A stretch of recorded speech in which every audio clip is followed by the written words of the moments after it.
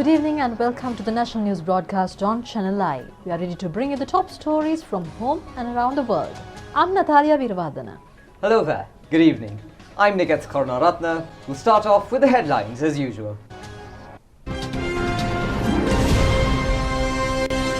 Organic fertilizers for the Maha season will be available without a shortage. Paralympics medalists arrive in the country. It has been emphasized that the Commissioner General of Essential Services can give orders to relevant officials according to the Public Security Act. The Consumer Affairs Authority seizes 14,000 kilograms of rice hidden in Petta. A tax of 40 rupees has been imposed on imported big onions.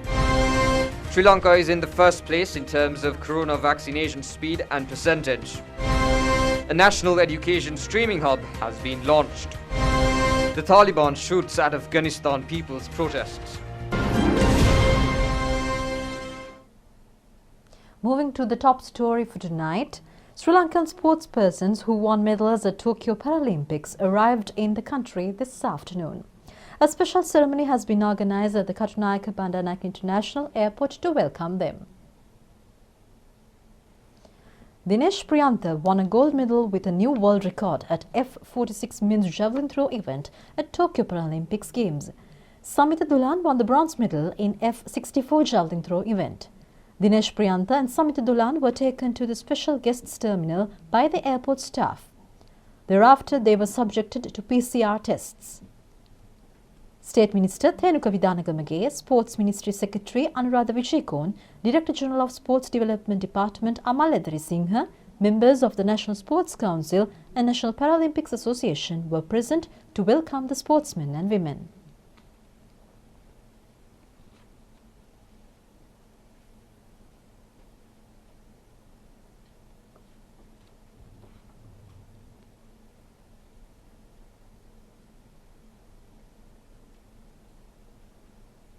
Sri Lankans were at the airport to extend greetings for Dinesh Priyantha and Samita Dulan, who left to Sri Lanka from Tokyo, Japan this morning. And Sri Lanka Vehicle Exporters Association has gifted 2 new motor cars to them. Sri Lanka's ambassador in Japan, Sanjeev Gunasekara, was present on the occasion.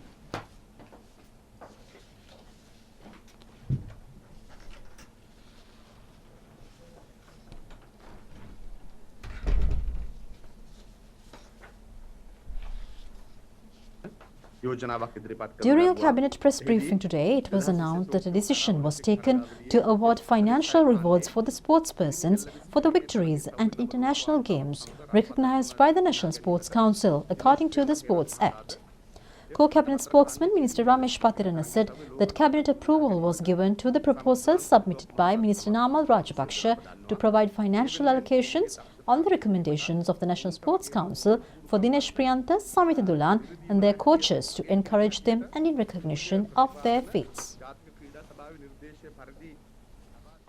The Presidential Secretariat says that the Commissioner General of Essential Services is fully empowered to advise relevant officials, including district secretaries and divisional secretaries, according to the 5th clause of the Public Security Ordinance. The President's Secretary has pointed out that the opposition statement in Parliament yesterday, which said that the Commissioner General of Essential Services cannot instruct district secretaries, is incorrect. The emergency regulations related to supply of essential goods was issued by a gazette recently empowering provisions in the 2nd section of the Public Security Act. It was issued in order to prevent market malpractices, including hiding of essential food stocks, including rice, paddy and sugar, and to prevent charging of high prices inconveniencing the consumers. The task of the Commissioner General of Essential Services is to implement all activities needed to maintain essential services and to coordinate them. The Presidential Secretariat says under this order, the Commissioner General of Essential Services can either by name or office can appoint necessary deputy commissioners and assistant commissioners. The statement says that the Commissioner General of Essential Services can order an official appointed under the 5th clause of the ordinance to maintain essential services. The competent authority or the coordinating officer's task is to follow all such orders according to the opportunity. The Presidential Secretariat said that the President has empowered Commissioner General of Essential Services to distribute and coordinate consumer goods, including paddy, rice and sugar, which are needed to maintain civilian life. Consumer Affairs Authority has seized today 14,000 kilograms of rice hidden at several wholesale trade establishments in Petta. It includes a stock of rice that has been prepared to be sent back without selling to consumers. Operations are continuing island-wide to find traders who are selling rice at higher prices and who are hiding rice stocks. Trade stalls on 5th Cross Street, Dam Street and Old Moor Street in Petta were checked and the rice stocks were taken into custody by the authority.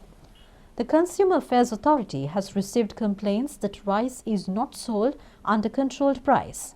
Chairman of the authority, Shanta Disanayaka, said that they have the powers to seize rice that is being sold at higher prices and hidden rice stocks. 4 storage facilities that gathered paddy stocks illegally at Trincomalee, Tambalagamu area were sealed yesterday. More than 142,000 kilograms of paddy have been found from the storage facilities. 500,000 kilograms of paddy have been found following raids conducted by Consumer Affairs Authority of Tambalagamu Division Secretariat area. 11 storage facilities have been sealed. 100,000 kilograms of paddy hidden at Polonnaruwa, Dimbulagala, Siripura area were found yesterday by the Consumer Affairs Authority. An individual without a valid permit and rice mill has stored the paddy.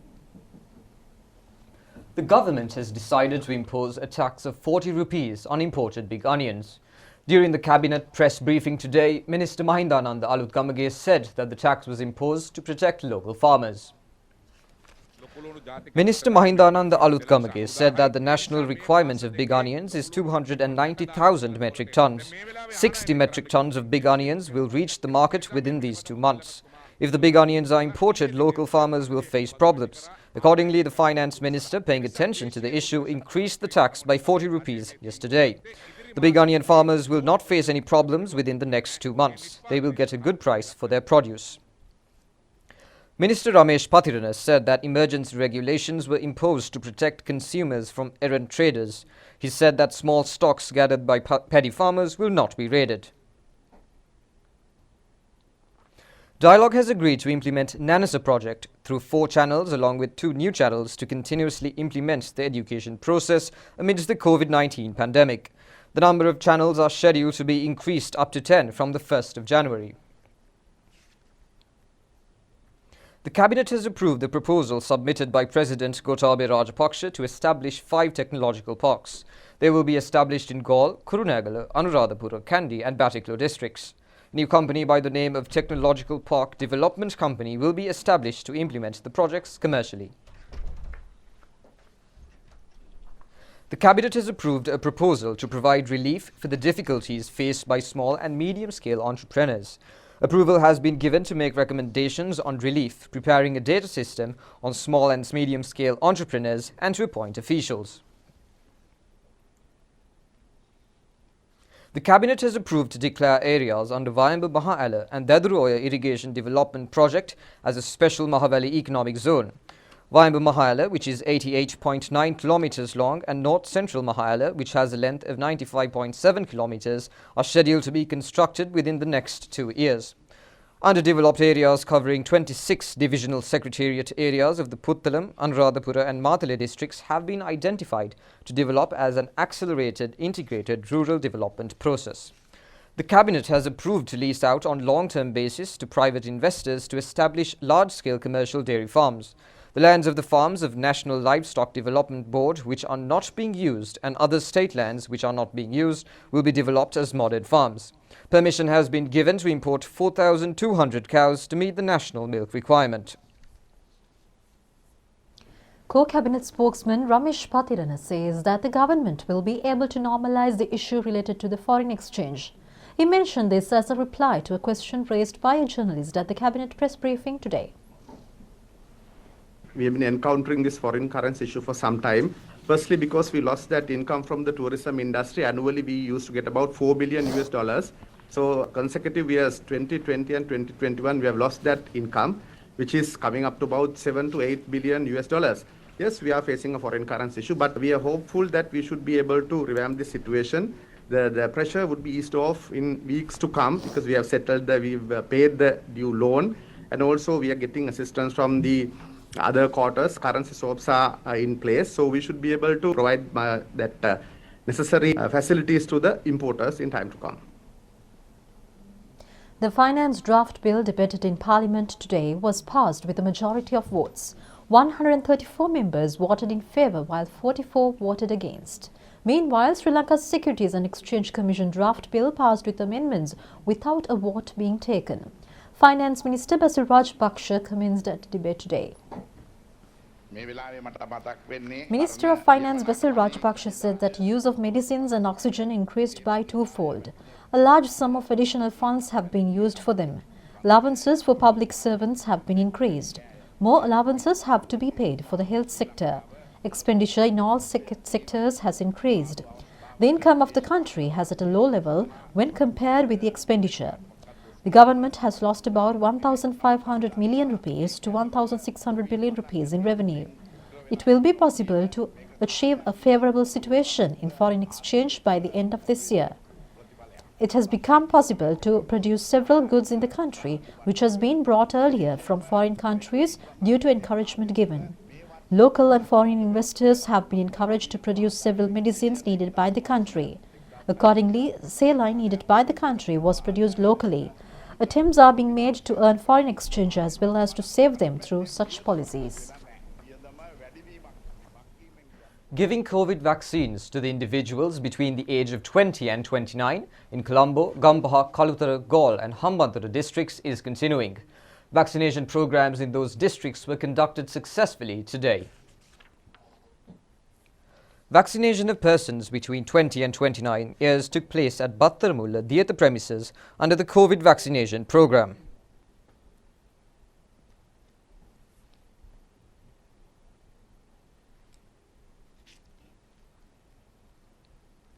The individuals between the age of 20 and 29 were given the Sinopharm vaccine today at the Vihara Mahadevi Park in Colombo.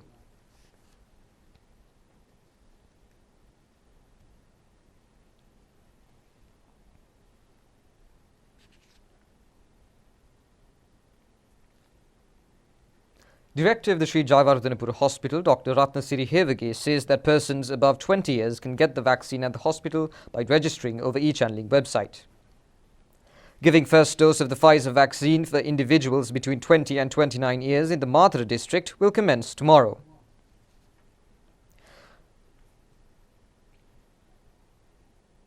The program to vaccine persons above 60 years and persons with special needs by visiting their homes is taking place in many districts. The vaccines were given today for persons in Gramaniladari divisions of the Ratmalana Medical Officers area today. 2,026,130 vaccine doses have been given to the people during the last 7 days. 320,283 vaccine doses have been given yesterday.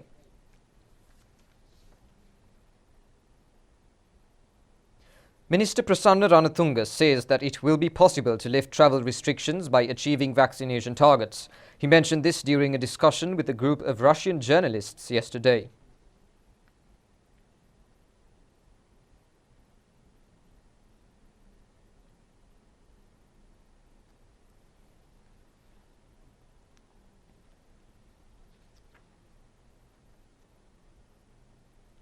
(1,823 COVID patients were found from the country today. 1,769 left hospitals today after recovering from the virus. The Director General of Health Services confirmed today 184 COVID-related deaths which occurred yesterday. 134 out of 10 were 60 years and above. Among them are 46 between the age of 30 and 59 years and 4 persons less than 30 years. The US government has donated a stock of medical equipment to the country. Officials of the US Embassy in Sri Lanka handed over them to the Health Minister today.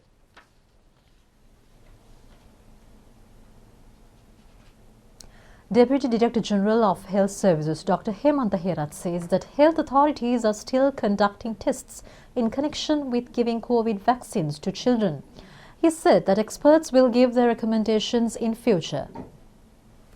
Immunization of children or using specific vaccines, still the Ministry of Health is reviewing the evidence, and certain pediatricians has already written, and there are open letters written to the authorities related to the risk of giving vaccines to younger age group. So therefore the expert committee is reviewing the current evidence, and probably very soon they will come out with their recommendations with regard to vaccination of school children. However, without reasonably sound recommendations, this cannot be initiated, because finally we will be endangering the lives of our young children, especially when we immunize adults. It is their choice to take the vaccine or not. However, when it comes to the school children, probably their liberty or their choice is not always entertained. So as a result, we have to be very careful in vaccinating school children or young children without concrete and sound evidence for vaccination. No one can start this kind of activity, because they are also a vulnerable group, and also they're related to the rights and the choices with regard to that aspect. I think they are much more vulnerable, so therefore we'll have to be very careful. Questions have been raised about the resignation of Dr. Ananda Wijevikrama, our consultant physician, from a technical committee related to COVID control activities, and we have to respect his own decision with regard to this matter. However, we know that he has worked tirelessly to the benefit of the patients who have been admitted to the IDH hospital, as well as he has given a valuable advice to the Ministry of Health from the beginning.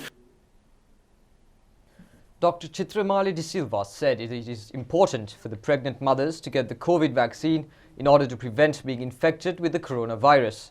She explained about the mental health measures that should be followed if a family member gets infected with the virus.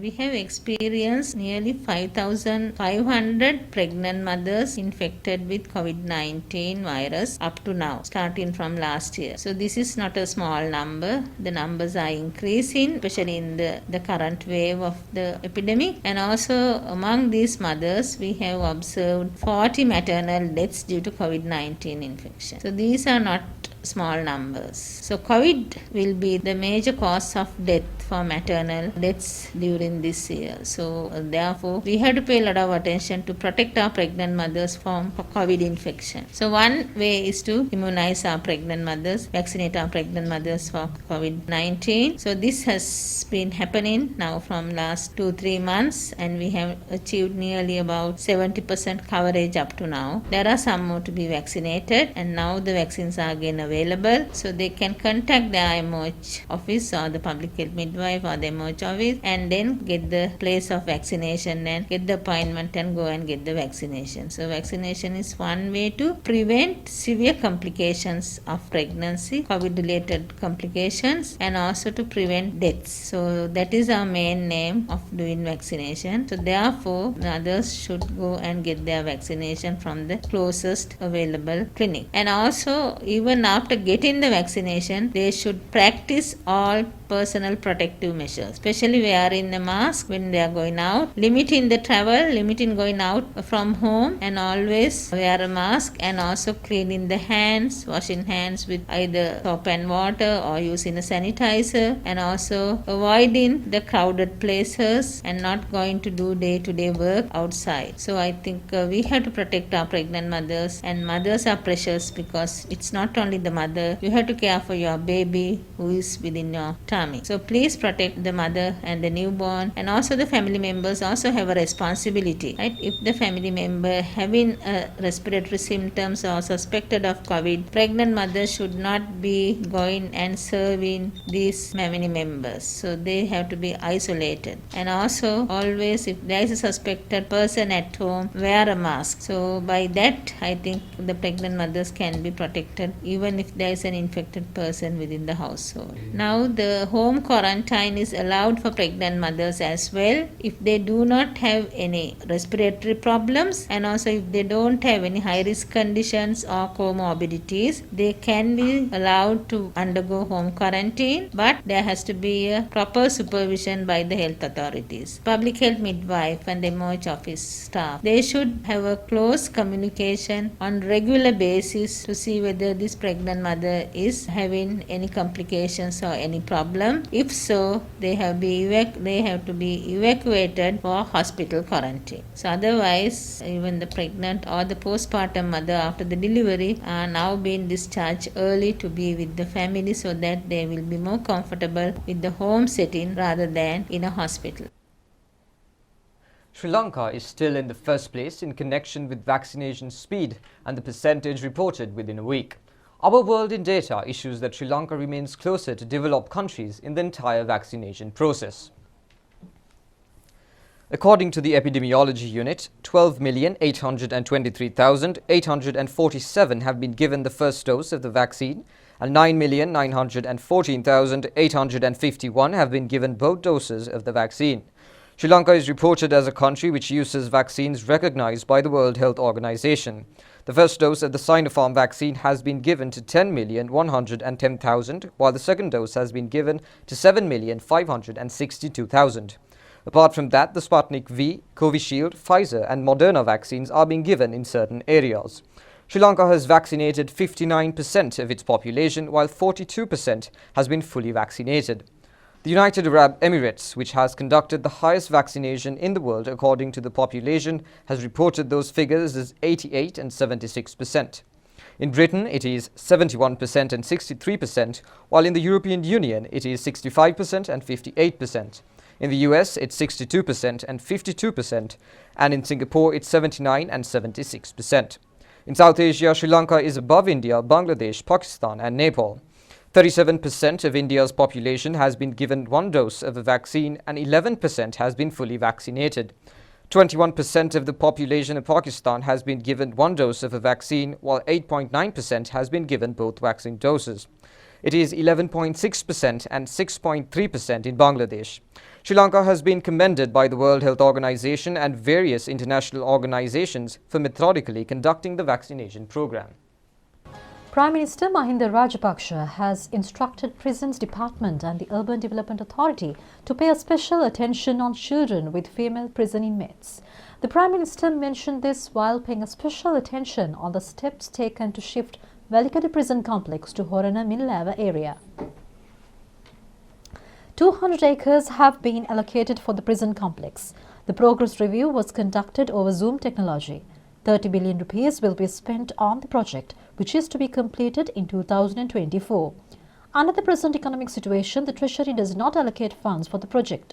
Therefore, State Minister Nalaka Godaheva said that the project would be completed through alternative methods. Velikada prison complex in Borella is located in 40 acres. The Urban Development Authority has planned to allocate chapel ward and prison headquarters building to a hotel project. 35 acres are expected to be allocated for other investments. State Minister Lohan Ratwatte said that several investors have expressed willingness to invest in the project. The Prime Minister instructed officials of the Urban Development Authority to invite other investors as well. Plans have been made to construct Magazine Prison first and thereafter other prisons at Millava. The Prime Minister emphasized that basic facilities should be provided for remand prisoners since they are not convicts. Steps have been taken to build a daycare center for the children of inmates at the new complex. Magazine, Velikada, Remand and Women's prisons are scheduled to be established in the same names at Millava. Prison hospital, training school, rehabilitation center and intelligence unit will also be set up there. Prison headquarters will be built in Battaramulla and official quarters will be constructed in Malabe. A special attention will be paid on the security and technology when building the new prison complex. Minister Ali Sabri said that criticisms have been levelled for keeping more inmates at Borella prison exceeding its capacity of 11,000. Prime Minister's Secretary Gamini Senarath, Justice Ministry Secretary MMPK Mayadunne, Urban Development and Housing Ministry Secretary Sirinimal Pereira, Secretary to the State Ministry of Prison Management and Prisoner Rehabilitation Major General V.R. Silva was present at the discussion. Motorcycles and motor cars produced in the country were launched today by Sonora Motor Company Private Limited. The motorcycles and motor cars were launched today at the Sports Ministry. Minister Namal Rajapaksa inspected them. The company has introduced motorcycles, three-wheelers and small trucks to the market. National Education Streaming Hub was launched today. It will provide the children without internet facilities to study from home through television. The centre has been established under the government's program to provide education that has been disrupted due to the pandemic through television media. It is the first time that such a centre was established in the country. It is equipped with modern technological facilities and high-speed internet connections. It will broadcast all subject-related programs produced by National Education Institute covering syllabuses and according to a timetable through television channels and web channels. The quality of the programs will be supervised by the subject directors. 2 new channels were launched today over Dialogue TV to coincide with the event. It has been designed to continue even after the pandemic comes to an end. Minister G.L. Piris, Namal Rajapaksa, State Ministers Sitara Mipala and Vijitha Berugoda were present on the occasion. Minister Prasanna Ranathunga says that Sri Lanka will be made a COVID-safe country in the near future following the successful completion of the COVID-19 vaccination drive in the country. Minister Prasanna Ranathunga is currently in Russia to attend several tourism promotion events to promote tourism in Sri Lanka. Issuing a statement, he said that he attended events along with State Minister Tarak Balasurya. He said a special press briefing was organized for Russian media institutions where several renowned tourist magazine reporters and bloggers participated. Minister Ranathunga said he appealed to the Russian media to create an interest among Russians to visit Sri Lanka.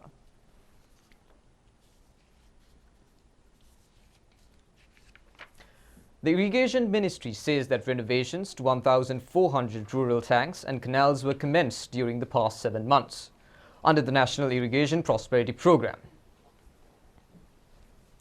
5,000 rural tanks and canals are scheduled to be renovated simultaneously under Irrigation Prosperity National Programme. Accordingly, renovations to 1,200 rural tanks and 200 canals are underway. It has not been possible to cultivate about 5,000 paddy fields in both seasons due to the condition of rural tanks. It is expected to achieve the targets within the next 3 years.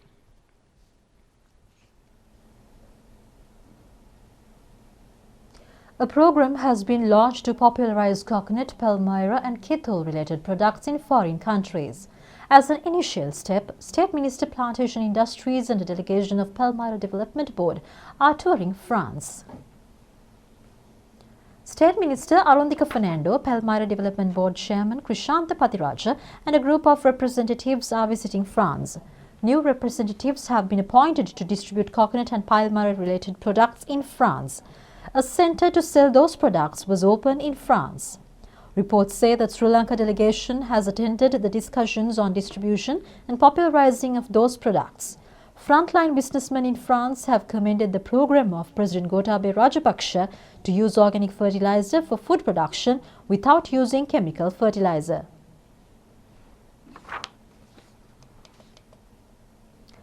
Prime Minister Mahindra Rajapaksa says that Mr. Jinadasa Guruke played a leading role to solve problems of gem businessmen and gem miners.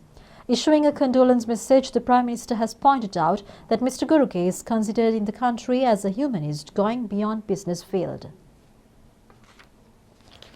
Mr. Jinadasa Guruke is a pioneer to take Sri Lanka's gem industry into the international arena.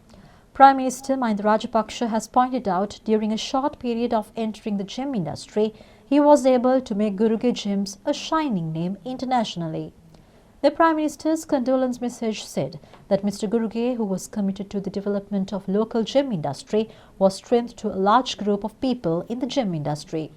He commenced to distribute his wealth to low-income recipients.